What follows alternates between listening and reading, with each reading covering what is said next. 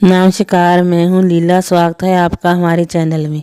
आज का विषय है वर्ष 2021 में मकर संक्रांति कब है, शुभ मुहूर्त क्या है और खिचड़ी का महत्व और मकर संक्रांति का महत्व क्या है।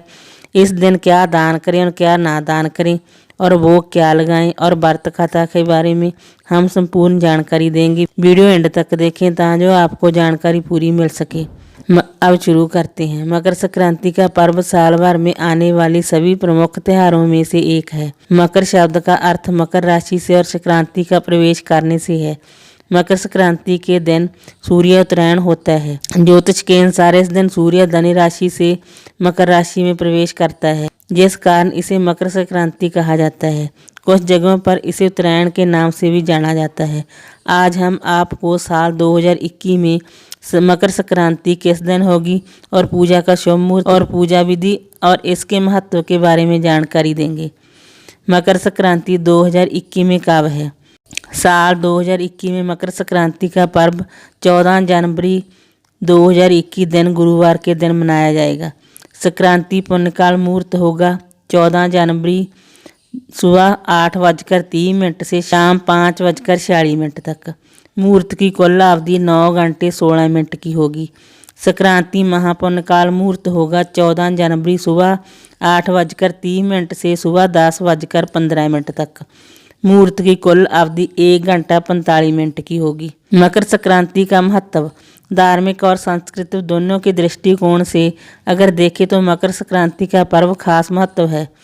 प्राचीन कथाओं के अनुसार इस दिन सूर्य भगवान अपने पुत्र शनि के घर जाते हैं। शनि मकर व कुंभ राशि के स्वामी हैं, जिस कारण यह पर्व पिता पुत्र के इस अनोखे मिलन का प्रतीक है।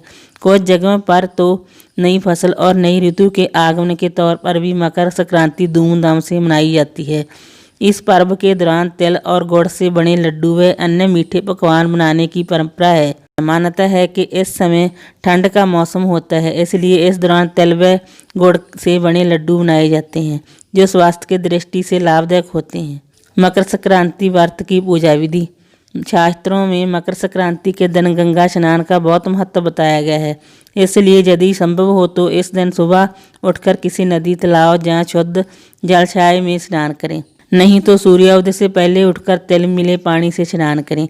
इसके बाद सूर्य देव की आराधना कर उन्हें जल का अर्घ देकर ओम सूर्याय नमः मंत्र का जाप करें। प्राचीन मान्यताओं के अनुसार इस दिन तीर्थों में गंगा स्नान और दान करने से पुण्य फलों की प्राप्ति होती है। स्नान आदि के बाद ब्राह्मणों व गरीबों को दान करना भी बहुत ही शुभ होता है। विशेष रूप से इस दिन दान में आटा, दाल, चावल, खिचड़ी और तिल के लड्डू दिए जाते हैं। इसके बाद घर आकर सभी में तिल व गुड़ का प्रसाद वितरण करना चाहिए। मकर संक्रांति पर खिचड़ी का महत्व। मकर संक्रांति के दिन विशेष रूप से खिचड़ी बनाने खाने खिचड़ी का दान करना शुभ माना जाता है। इसलिए बहुत सी जगहों पर इस पर्व को खिचड़ी के नाम से भी जाना जाता है। पौराणिक मान्यताओं के अनुसार चावल को चंद्रमा का प्रतीक और काली उड़द की दाल को शनि का प्रतीक माना जाता है। कहा जाता है कि मकर संक्रांति पर खिचड़ी खाने और दान करने से कुंडली में ग्रहों की स्थिति मजबूत होती है। इसी कारण इस दिन खिचड़ी खाने और दान करने का बहुत अधिक महत्व है। मकर संक्रांति व्रत कथा। पुराणों में जो कथा वर्णित है उसके अनुसार मकर संक्रांति के दिन भगवान सूर्य देव अपने पुत्र शनि से मिलने उनके घर जाते हैं। क्योंकि शनि मकर राशि के देवता हैं, इसी कारण इसे मकर संक्रांति कहा जाता है। इसके अलावा संक्रांति की कथा के विषय में महाभारत में भी वर्णन मिलता है। महाभारत में वर्णित कथा के अनुसार महाभारत युद्ध के महान योद्धा और कौरवों की सेना के सेनापति गंगा पुत्र भीष्म पितामह को इच्छा मृत्यु का वरदान प्राप्त था। अर्जुन के वाण गाने के बाद उन्होंने इस दिन की महत्ता को जानते हुए अपनी मृत्यु के लिए इस दिन को निर्धारित किया था। भीष्म जानते थे कि सूर्य दक्षिणायन होने पर व्यक्ति को मोक्ष प्राप्त नहीं होता है और उसे इस मृत्यु लोक में पुनः जन्म लेना पड़ता है। महाभारत युद्ध के बाद जब सूर्य उत्तरायण हुआ तभी भीष्म पितामह ने प्राण त्याग दिए। मकर संक्रांति की कथा नंबर 2। एक धार्मिक मान्यता के अनुसार संक्रांति के दिन ही मां गंगा स्वर्ग से अवतरित होकर राजा भागीरथ के पीछे पीछे कपिल मुनि के आश्रम से होती हुई गंगा सागर तक पहुंची। धरती पर अवतरित होने के बाद राजा भागीरथ ने गंगा के पावन जल से अपने पूर्वजों का तर्पण किया था। इस दिन पर गंगा सागर पर नदी के किनारे विवाह मेले का आयोजन किया जाता है। मकर संक्रांति व्रत कथा 3। शास्त्रों में वर्णित एक अन्य कथा के अनुसार माता यशोदा ने संतान प्राप्ति के लिए मकर संक्रांति के दिन व्रत रखा था। इस दिन महिलाएं तिल, गुड़ आदि दूसरी महिलाओं को बांटती हैं। ऐसा माना जाता है कि तिल की उत्पत्ति भगवान विष्णु से हुई थी, इसलिए इसका प्रयोग पापों से मुक्त करता है। तिल के प्रयोग से शरीर निरोगी रहता है और शरीर में गर्मी का संचार होता है। मकर संक्रांति पर किन चीज़ों का दान करना चाहिए? मकर संक्रांति पर कुछ चीज़ों का दान करने से जीवन के सभी कष्टों से मुक्ति पाई जा सकती है और जीवन के सुखों को बढ़ाया जा सकता है। शास्त्रों के अनुसार इस दिन किया गया दान कभी भी समाप्त नहीं होता। तो चलिए जानते हैं मकर संक्रांति पर किन चीज़ों का करें दान। मकर संक्रांति के दिन खिचड़ी का दान अवश्य करना चाहिए। इस दिन तिल और गुड़ का दान भी विशेष माना जाता है। इन दोनों चीज़ों का दान करने से मान सम्मान और धन लाभ होता है।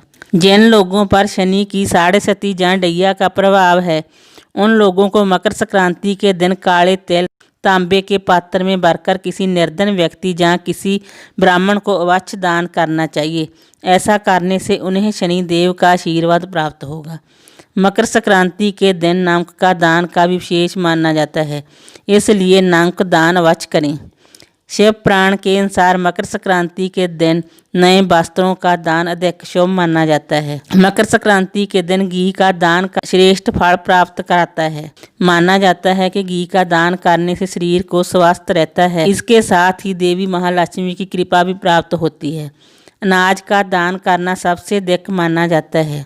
यदि कोई व्यक्ति मकर संक्रांति के दिन 7 प्रकार के अनाजों का दान किसी निर्धन व्यक्ति या ब्राह्मण को करता है तो उससे मां अन्नपूर्णा प्रसन्न रहती है और उसके घर में कभी भी अन्न की कमी नहीं होती।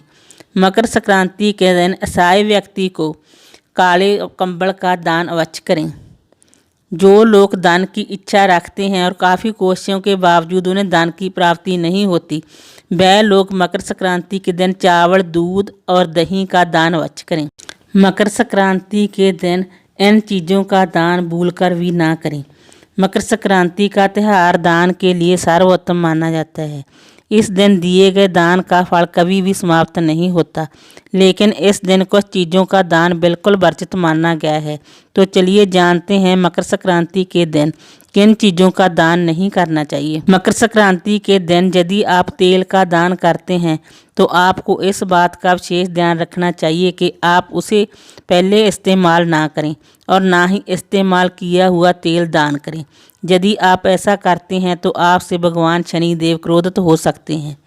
प्लास्टिक की वस्तुएं और स्टील की वस्तुएं मकर संक्रांति के दिन दान ना करें। यदि आप मकर संक्रांति के दिन अपने कुल के पुरोहित या किसी ब्राह्मण को वस्त्र दान में देते हैं तो आपको उनको नए वस्त्र ही दान में देने चाहिए।